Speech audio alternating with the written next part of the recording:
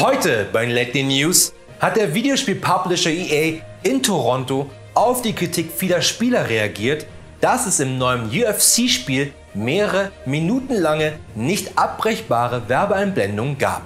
Das sowohl vor als auch nach den Matches. Natürlich versicherte EA während eines Online-Streams Besserung und will dies in einem neuen Update korrigieren.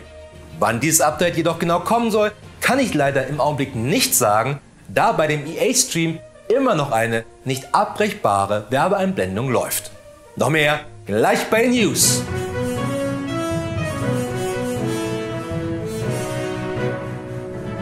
Hier ist Berlin mit der einzig wahren Nachrichtensendung dieser und der nächsten Welt. Das sind die Lately News, denn alles andere da draußen sind nur Fake News. Natürlich auch heute Abend wieder mit mir, Florian Strehlitz, der auch weiterhin auf den 1,5 Kilometer Corona-Sicherheitsabstand zwischen sich und jeglichen Fake News achtet. Oder zur Bild-Zeitung, wobei, das ist ja eigentlich ein und dasselbe. Außerdem, falls du glaubst, genauso cool zu sein wie ich, dann hau mit der Faust auf den Abo-Button und auf die Glocke, denn nur so haben wir die Chance, Good Morning America auch quotentechnisch weiter abzuhängen.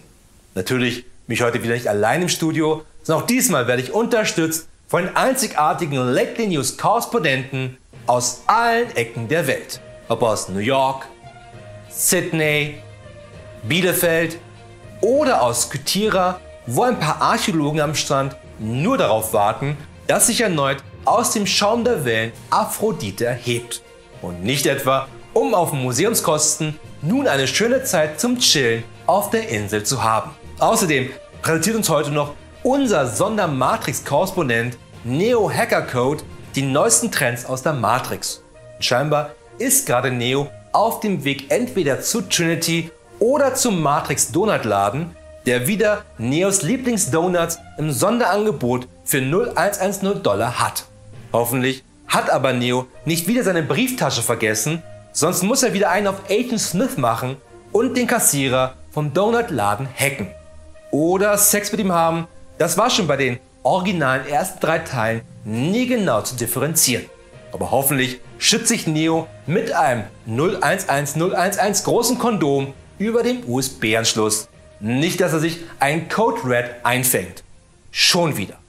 Aber kommen wir zuvorerst einmal zu den wichtigsten Nachrichten der Woche und fangen an mit Berlin. Bei uns in Berlin ist das mit der Ausbildung der Polizei ja so eine Sache.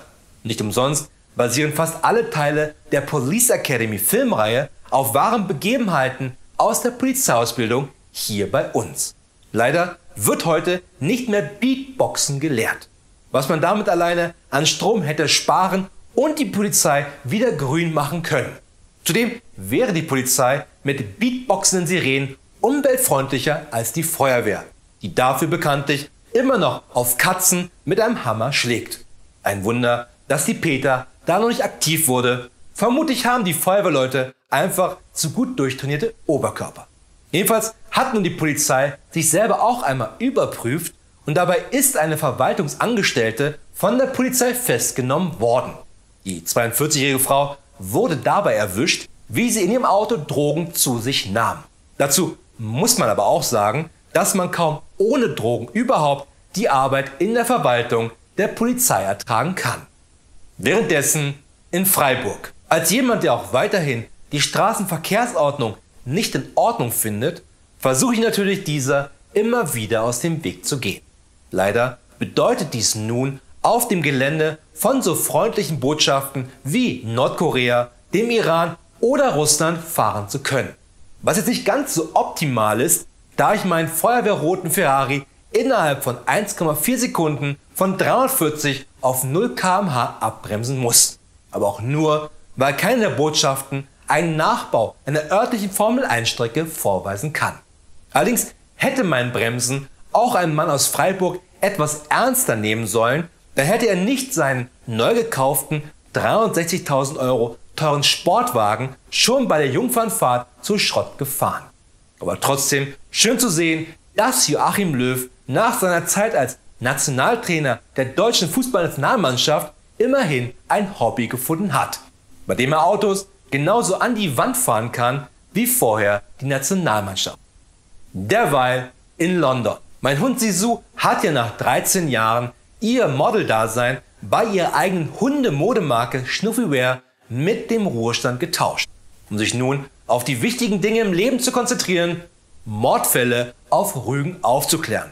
Leider macht sie jetzt auch nicht so viel, außer teilweise die Beweise zu futtern, wenn die aus Fleisch sind, sodass ich dann immer die Mordfälle lösen muss. Was aber meistens gar nicht so schwer ist, denn ich zeige einfach wahllos auf jemanden und den nimmt die Polizei dann sofort fest. Und in den meisten Fällen war das sogar auch der Mörder. Also bisher bei immerhin 3 von 16 Fällen immer noch eine bessere Quote als bei der Rügener Polizei ansonsten.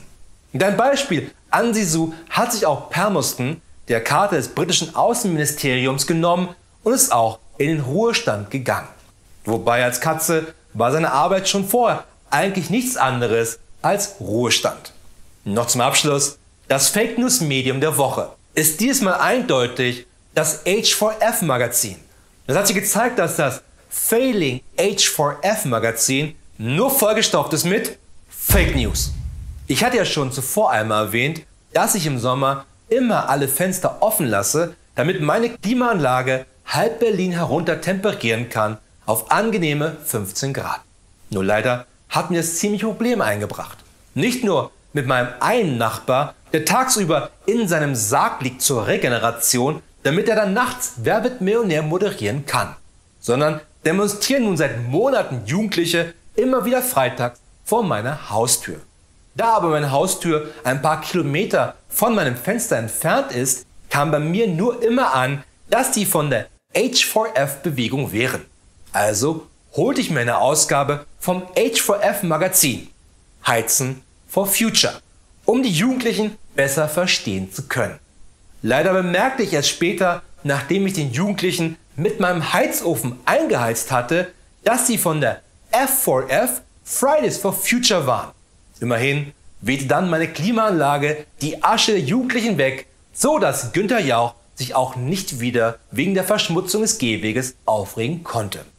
Deshalb bist du H4F Magazin daran nicht schuld. Trotzdem werde ich selbstverständlich versuchen, das auf dich oder Günther abzuwälzen. Das waren die Lately News. Wir sehen uns wieder am Montag. Und nicht vergessen, alles andere da draußen sind nur Fake News.